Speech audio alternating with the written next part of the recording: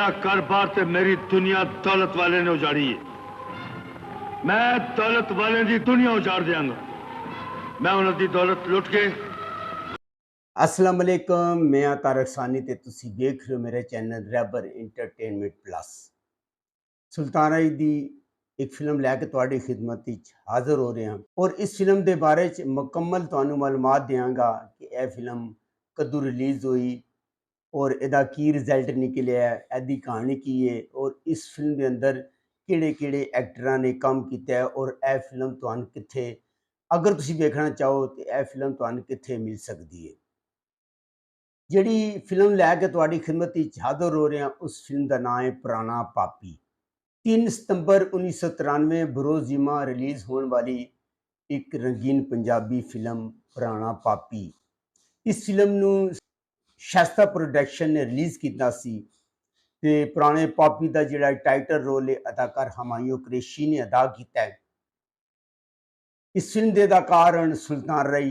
मैं तुहाडा साथी बनने लई तैयार हाँ, पर मेरी सुल्तान राय ने इस फिल्म के अंदर अक्के का किरदार अदा किया है और अक्का जिहड़ा होंदा है वो रेहड़ी दे उत्ते गन्ने दी रोह बेचदा है और एक शरीफ इंसान होंदा है। साइमा मक्खियां वेख के समझ गई सा।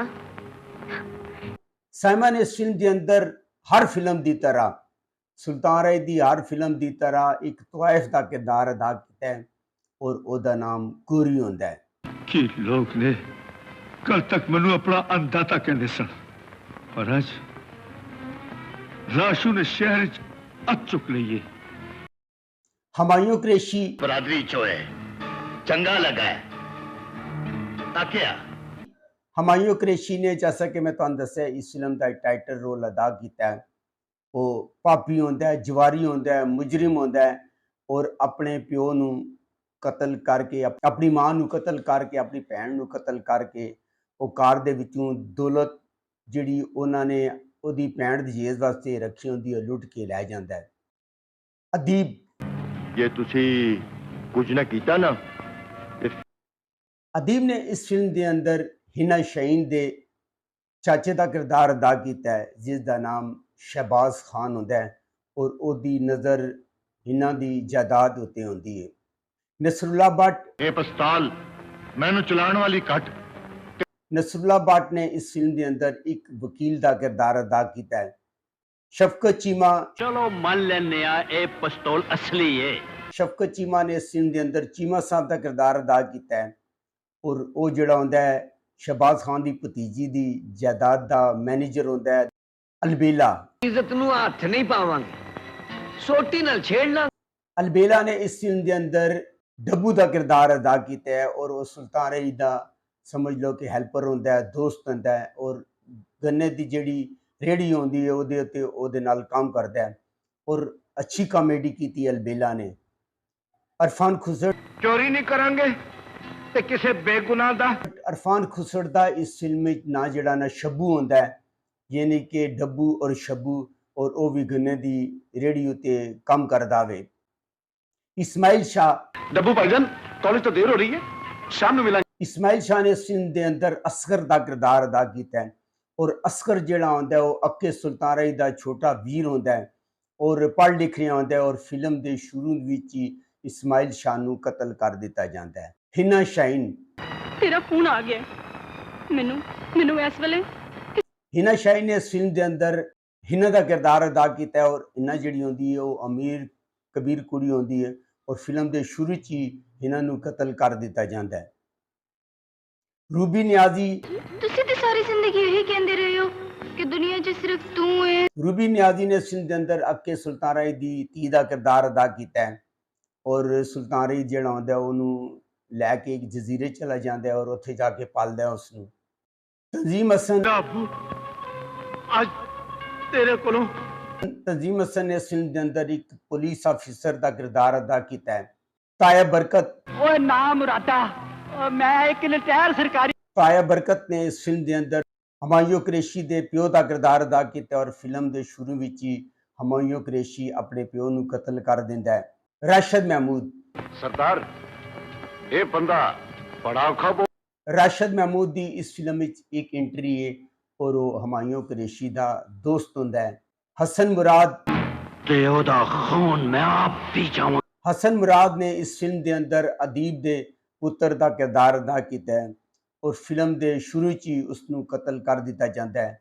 सलीम हसन किधरे तेरा फैसला सानू। सलीम हसन ने इस फिल्म के अंदर एक एंट्री की है। अच्छी खान ने इस फिल्म के अंदर एक एंट्री की है और वो भी हमायूं कुरैशी का दोस्त होता है। सुनीता खान इस फिल्म के अंदर हमायूं कुरैशी की बीवी का किरदार अदा किया है। इस फिल्म के अदाकार अकरम खान, इस फिल्म के फिल्मसाज अकरम खान, मियाँ मोहम्मद सदीक। इस फिल्म ने लिखा है मियाँ अफजल हैदर ने। एदी स्क्रीन प्ले और डायलॉग लिखे ने अहमद राई ने।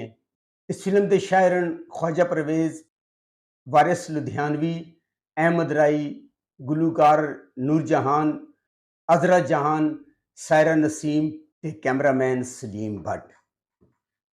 इस फिल्म के अंदर जैसा कि मैं तुहानू दस्सिया कि पर्दा जदों खुलता है तो हमायूं कुरैशी वो घर के अंदर दाखिल होता है और पैंट के जेज का जेवर वो चोरी कर लेता है। जदों वो चोरी करके वापस पलटता है तो वह प्यो ताया बरकत सामने आ जाता है। उन्होंने आपस ही तकरार होती है और इस तकरार के दौरान हमायूं कुरैशी अपने प्यो नू कतल कर देता है, अपनी मां नू कतल कर देता है, अपनी भैन नू कतल कर देता है। यह फिल्म का स्टार्ट है। अगे चल के फिर सुल्तान रही अक्का होंदा है, वो गन्ने की रोह की रेहड़ी होंदी उस ते काम करता है और हर फिल्म की तरह वो अपने छोटा जिहड़ा वीर होंदा है इस्माइल शाह उन्होंने पढ़ा लिखा के बड़ा इंसान बनाना चाहता है। हिना शाहीन दे नाल इस्माइल शाह प्यार करता है, उसका नाम असगर होंदा है और हिना शाहीन का जिहड़ा चाचा अदीब शहबाज खान होंदा है उन्होंने इसकी खबर हो जाती है। वो इस्माइल शाह नू कतल करा देंदा है और हिना नू भी नाल कतल करा देंदा है और सुल्तान रही ने जदों यह सारी कहानी का पता चलता है वो जाता है और जाके उन्होंने कतल कर देंदा है और उस तो बाद वो फरार हो जाता है। सैमा ने इस फिल्म के अंदर गोरी का किरदार अदा किया है। हर फिल्म की तरह गोरी तवाइफ होती है और वो सुल्तान रही दे नाल प्यार करती है और सुल्तान रही की खातर वो उस दुनिया नू छोड़ देती है। दोनों शरीफ हो जाते हैं, आपस में ब्याह कर लेंदे हैं और सुल्तान रही ने इस फिल्म के अंदर यंग टू ओल्ड यानी कि जवान और बुढ़े का किरदार अदा किया है। जदों सुल्तान रही फरार हो जाता है तो उसकी मुलाकात हमायूं कुरैशी के नाल होंदी है। हमायूं कुरैशी एक डाकू बन चुका होंदा है और सुल्तान रही उन्होंने ग्रोह शामिल हो जाता है और हर फिल्म की तरह कई 100 फिल्मों की तरह सुल्तान रही उन्होंने सरदार बन जाता है और वो मिल के चोरियां और डकैतियां करते हैं और अमीरां नू लुट के हर फिल्म की तरह दौलत गरीबां च तकसीम करते हैं। जदों सुल्तान राय की मुलाकात गोरी दे नाल होंदी है वो आपसी ब्याह करते हैं और ब्याह करके उन्होंने बहुत गुरबत आ जाती है। वो काफ़ी जगह काम तलाश करता है, उन्होंने काम नहीं मिलता, उसके घर बच्चा पैदा होने वाला होंदा है और मजबूरन गोरी नू जाके फिर नचना पैंदा है। सुल्तान रही नू इस चीज़ का गुस्सा आता है और गोरी जिहड़ी होंदी है सैमा एक बच्चे नू पैदा करके वो दुनिया तो चली जाती है। सुल्तान रही ने जदों बच्ची का पता चलता है और बच्ची नू लैके एक जजीरे चला जाता है और उत्थे रहना शुरू कर देंदा है। जिहड़े मुजरम होंदे ने अदीब वगैरह या हमायूं कुरैशी उन्होंने सुल्तान रही की तलाश होंदी है। रुस्तम ने भी इस फिल्म के अंदर एक छोटा सा किरदार अदा किया। जदों फिल्म का एंड होंदा है तो उस टाइम रुस्तम जिहड़ा ना फिल्म में आंदा है और बहरहाल जिहड़ी है ना फिल्म यूट्यूब पर मौजूद है, तुसीं जाके वेख सकते हो। बाकी कहानी तो मैं सारी नहीं दसांगा, तुसीं जाके खुद फिल्म देखनी है और फैसला करना है कि जो मैं कह रहा हूँ सही है कि नहीं है। बाकी इस फिल्म के अंदर कोई नवी कहानी नहीं है और राइटर ने स्टार्ट जिहड़ा ना हर फिल्म की तरह पाकिस्तानी राइटरां दा कमाल होंदा है कि उन्हां दा स्टार्ट बड़ा अच्छा होंदा है और अगे चल के वही रूटीन वाली कहानी शुरू हो जाती है। बहरहाल यह फिल्म जिहड़ी रूटीन वाली कहानी है, ये कोई खास ऐसी कोई गल नहीं है जिहड़ी जाके तुसीं वेख सको। बहरहाल यह फिल्म यूट्यूब पर मौजूद है, तुसीं जाके वेखो। अगर तुहानूं मेरी मालूमात अच्छी लगी मेरे चैनल को लाइक करो, सब्सक्राइब करो, शेयर करो। नेक्स्ट वीडियो तक रब रख।